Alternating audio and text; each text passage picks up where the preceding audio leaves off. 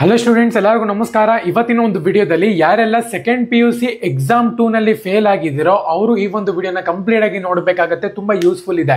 ಈ ಒಂದು ವಿಡಿಯೋನ ಸ್ಟಾರ್ಟ್ ಮಾಡೋಕ್ಕಿಂತ ಮುಂಚೆ ಚಾನಲ್ಗೆ ನೀವು ಸಬ್ಸ್ಕ್ರೈಬ್ ಮಾಡ್ಕೊಂಡಿಲ್ಲ ಅಂದ್ರೆ ಸಬ್ಸ್ಕ್ರೈಬ್ ಮಾಡ್ಕೊಂಡು ಪಕ್ಕದಲ್ಲಿರುವಂತ ಒಂದು ಬೆಲ್ ಐಕಾನ್ ಕ್ಲಿಕ್ ಮಾಡೋದು ಮರಿಬೇಡಿ. ಸಬ್ಸ್ಕ್ರೈಬ್ ಮಾಡ್ಕೊಂಡ್ರೆ ಮಾತ್ರ ನಿಮಗೆ ನೋಟಿಫಿಕೇಶನ್ ಬರುತ್ತೆ.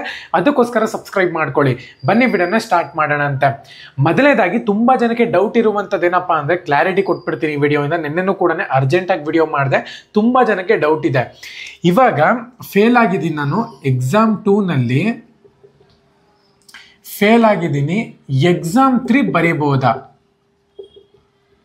ಖಂಡಿತವಾಗ್ಲೂ ಕೂಡ ನೀವು ಎಕ್ಸಾಮ್ 3 ನ ಬರೀಬಹುದು. ಇದು ಡೌಟ್ ಕ್ಲಿಯರ್ ಆಯ್ತು ಅಂತ ಅನ್ಕೊಂತೀನಿ. ಇವಾಗ ನಾನು ಎಕ್ಸಾಮ್ 2ಗೆ ಅಟೆಂಡ್ ಮಾಡಿಲ್ಲ, ನಾನು ಎಕ್ಸಾಮ್ 3 ನ ಬರೀಬಹುದಾ? 100% ನೀವು ಕೂಡ ಎಕ್ಸಾಮ್ 3 ನ ಬರೀಬಹುದು. ಎಕ್ಸಾಮ್ 1 ಕೂಡ ಬರ್ದಿಲ್ಲ ನಾನು, ಎಕ್ಸಾಮ್ 2 ಕೂಡ ಬರ್ದಿಲ್ಲ, ಎಕ್ಸಾಮ್ 3 ಬರೀಬಹುದಾ ನಾನು ಅಂತ ಹೇಳಿ ತುಂಬಾ ಸ್ಟೂಡೆಂಟ್ಸ್ಗಳು ಕೇಳ್ತಿದ್ರು. ಖಂಡಿತವಾಗ್ಲೂ ಕೂಡ ಎಕ್ಸಾಮ್ 3 ನ ಬರೀಬಹುದು. ಅದಕ್ಕೆ ಫೀಸ್ ಇರುತ್ತೆ, ಆ ಒಂದು ಫೀಸ್ ನ ನೀವು ಪೇ ಮಾಡಿಬಿಟ್ಟು ಬರೀಬಹುದು. ಇವಾಗ ಫೀಸ್ ರಿಲೇಟೆಡ್ ಮಾತಾಡೋಣಂತೆ ಸ್ವಲ್ಪ. ಎಕ್ಸಾಮ್ 1 ನಲ್ಲಿ ನಾನು ಫೇಲ್ ಆಗಿ, ಎಕ್ಸಾಮ್ 2 ನಲ್ಲೂ ನಾನು ಫೇಲ್ ಆಗಿದ್ದೀನಿ, ಎಕ್ಸಾಮ್ 3 ನಲ್ಲಿ ಫೀಸ್ ಕಟ್ಟಬೇಕಾ? ಖಂಡಿತವಾಗ್ಲೂ ಕೂಡ ಎಕ್ಸಾಮ್ ಫೀಸ್ ಕಟ್ಟೋಂಗಿಲ್ಲ ನೀವು. ಒಂದು ವೇಳೆ ಎಕ್ಸಾಮ್ 1 ನಲ್ಲಿ ನಾನು ಪಾಸ್ ಆಗಿ ಮಾರ್ಕ್ಸ್ ಇಂಪ್ರೂವ್ಮೆಂಟ್ಗೋಸ್ಕರ ಎಕ್ಸಾಮ್ 2 ನಾನು ಫೇಲ್ ಆಗಿದ್ದೀನಿ, ಎಕ್ಸಾಮ್ 3 ನಲ್ಲಿ ನಾನು ಪಾಸ್ ಆಗಕ್ಕೆ ಬರ್ತಿದ್ದೀನಿ. ಸೊ ಇಂಥವ್ರು ಫೀಸ್ ಕಟ್ಟಬೇಕಾ? ಖಂಡಿತವಾಗ್ಲೂ ಕೂಡ ನೀವು ಇಲ್ಲಿ ಕಟ್ಟಬೇಕಾಗತ್ತೆ.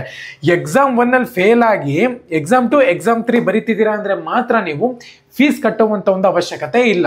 ಒಂದು ವಿಷಯಕ್ಕೆ 170 ರೂಪಾಯಿನೋ ಚಾರ್ಜ್ ಮಾಡ್ತಿದ್ದಾರೆ. ಸೊ ಅದು ಡಿಪೆಂಡ್ಸ್ ಅಂತಾನೆ ಹೇಳ್ಬೋದು. ಅದು ನೆನ್ನೆ ವಿಡಿಯೋ ಮಾಡಿದ್ದೀನಿ, ಆ ಒಂದು ವಿಡಿಯೋನ ನೀವು ನೋಡಿದ್ರೆ ಖಂಡಿತವಾಗ್ಲೂ ಕೂಡ ಅರ್ಥ ಆಗುತ್ತೆ. ಇವಾಗ ಮೇನ್ ಟಾಪಿಕ್ಗೆ ಬಂದ್ಬಿಡ್ತೀನಿ. ತುಂಬಾ ಜನಕ್ಕೆ ಡೌಟ್ ಇರುವಂಥದ್ದು ಏನಪ್ಪಾ ಅಂದ್ರೆ, ಇವಾಗ ಎಕ್ಸಾಮ್ 1 ನಲ್ಲಿ ನಂದು ಕನ್ನಡ 50 ಸ್ಕೋರ್ ಮಾಡಿದ್ದೆ. ಎಕ್ಸಾಮ್ 2 ನಲ್ಲಿ ನಾನು ಮಾರ್ಕ್ಸ್ ಇಂಪ್ರೂವ್ಮೆಂಟ್ಗೋಸ್ಕರ ಮತ್ತೆ ಮರಳಿ ಬರಿತೀನಿ. ಸೊ ಅವಾಗ ಕನ್ನಡ ಬಂದ್ಬಿಟ್ಟು ನಂದು 45 ಬಂದಿದೆ.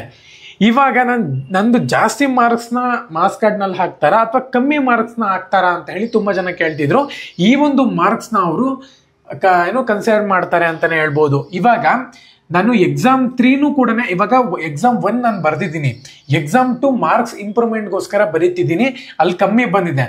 ನನಗೆ ಈ ಮಾರ್ಕ್ಸ್ ಬೇಡ, ನನಗಿನ್ನ ಜಾಸ್ತಿ ಮಾರ್ಕ್ಸ್ ಬೇಕಾಗತ್ತೆ, ಎಕ್ಸಾಮ್ 3 ಬರಿಬೋದು ಅಂದ್ರೆ ಖಂಡಿತವಾಗ್ಲೂ ಕೂಡ ನೀವು 100% ಬರಿಬೋದು. ಎಕ್ಸಾಮ್ನ ಫೀಸ್ ಇರುತ್ತೆ, ಒಂದು ಫೀಸ್ನ ಪೇ ಮಾಡಿಬಿಟ್ಟು ನೀವು ಎಕ್ಸಾಮ್ ಬರಿಬೇಕಾಗತ್ತೆ.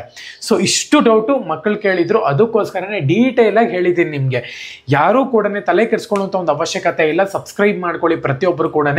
ಎಲ್ಲ ನೋಟ್ಸ್ ಆಗಿರಬಹುದು, ನೀವು ಯಾವ್ದು ಫೇಲ್ ಆಗಿದ್ದೀರಾ ಅಂತ ಹೇಳಿ ಕಮೆಂಟ್ ಮಾಡಿ. ಜಸ್ಟು ನಾನು ನೆಕ್ಸ್ಟ್ ವಿಡಿಯೋನಲ್ಲಿ ಎಲ್ಲ ನೋಟ್ಸ್ಗಳು ಕೂಡ SSLC ಹೆಂಗೆ ಕೊಟ್ಟಿದ್ನೋ ಅದೇ ಥರನೇ PUCಗೂ ಕೂಡ ಎಲ್ಲ ನೋಟ್ಸನ್ನು ಕೂಡ ಪ್ರೊವೈಡ್ ಮಾಡ್ತೀನಿ. ನೀವು ಪ್ರತಿಯೊಬ್ಬರೂ ಕೂಡ ಎಕ್ಸಾಮ್ 3 ನಲ್ಲಿ ಪಾಸ್ ಆಗಿಬಿಟ್ಟು ನೆಕ್ಸ್ಟು ಯಾವ ಕೋರ್ಸ್ನ ತಗೊಂತೀರಾ ಅಂತಲೂ ಕೂಡ ವಿಡಿಯೋ ಮಾಡಿದೆ. ಒಂದು ಕೋರ್ಸ್ನ ತಗೊಂಡು ನೀವು ಆರಾಮಾಗಿರ್ಬೋದು. ಓಕೆನಾ?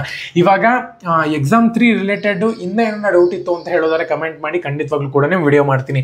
ಇವಾಗ KCET ಬಗ್ಗೆ ತುಂಬಾ ಜನ ಬಂದ್ಬಿಟ್ಟು ಕ್ವಶನ್ ಕೇಳ್ತಿದ್ರು. KCET ಬಗ್ಗೆ ನೆಕ್ಸ್ಟ್ ಬರುವ ವಿಡಿಯೋದಲ್ಲಿ ನಾನು ನಿಮಗೆ ರಿಸಲ್ಟ್ ಬಗ್ಗೆ ತಿಳಿಸ್ಕೊಡ್ತೀನಿ. ಓಕೆನಾ? ಎಲ್ಲರಿಗೂ ಕೂಡ all the best. Jai Hind.